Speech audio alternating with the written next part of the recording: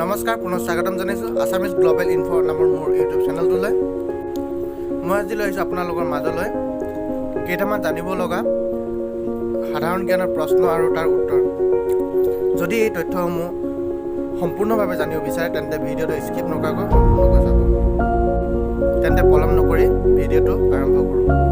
তাৰে আজি প্ৰথমটো প্ৰশ্ন হৈছে, কোনখন দেশক চিৰবসন্ত দেশ বুলি কোৱা হয়?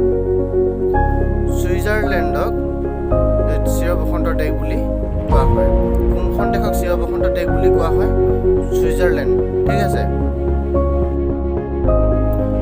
সৰ্বাধিক ভূমিকম্প হোৱা ঠাইখনৰ নাম কি? সৰ্বাধিক ভূমিকম্প হোৱা ঠাইখনৰ নাম হৈছে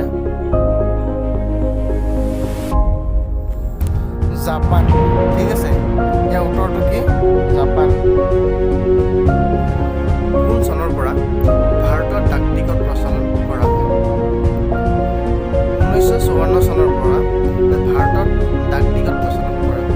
কোন চনৰ পৰা ডাক টিকট প্ৰচলন কৰা হয়? 1954 চন। ঠিক আছে। ভাৰতৰ প্ৰাচীন সভ্যতাক কি বুলি কোৱা হয়? ভাৰতৰ প্ৰাচীন সভ্যতাক হিন্দু সভ্যতা বুলি কোৱা হয়। কি সভ্যতা বুলি কোৱা হয়? হিন্দু সভ্যতা। ঠিক আছে। তলৰ কোনখন দেশৰ লিখিত সংবিধান নাই? ইংলেণ্ডৰ লিখিত সংবিধান নাই। কোনখন দেশৰ লিখিত সংবিধান নাই? ইংলেণ্ডৰ লিখিত সংবিধান নাই। ঠিক আছে। কোনখন দেশৰ? ইংলেণ্ড। কোন আহোম ৰজাক ইংৰাজে বন্দী কৰি ৰাখিছিল? যে পুৰন্দৰ সিংহক ইংৰাজে বন্দী কৰি ৰাখিছিল। কাক বন্দী কৰি ৰাখিছিল? পুৰন্দৰ সিংহক। ঠিক আছে। শৰাইঘাটৰ ৰণৰ মোগল সেনাপতি কোন আছিল? ইয়াৰ উত্তৰটো হৈছে ৰাম সিংহ। ঠিক আছে। ইয়াৰ উত্তৰটো কি? ৰাম সিংহ। দিহিঙীয়া ৰজাৰ প্ৰকৃত নাম কি? দিহিঙীয়া ৰজাৰ প্ৰকৃত নাম হৈছে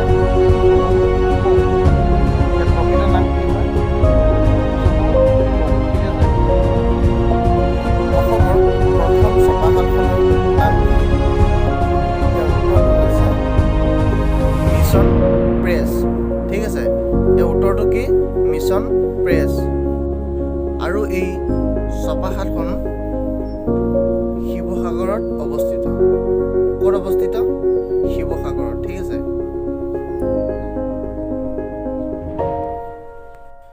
কোনে ভাৰতৰ উচ্চতম ন্যায়ালয়ৰ বিচাৰপতিক নিযুক্তি দিয়ে?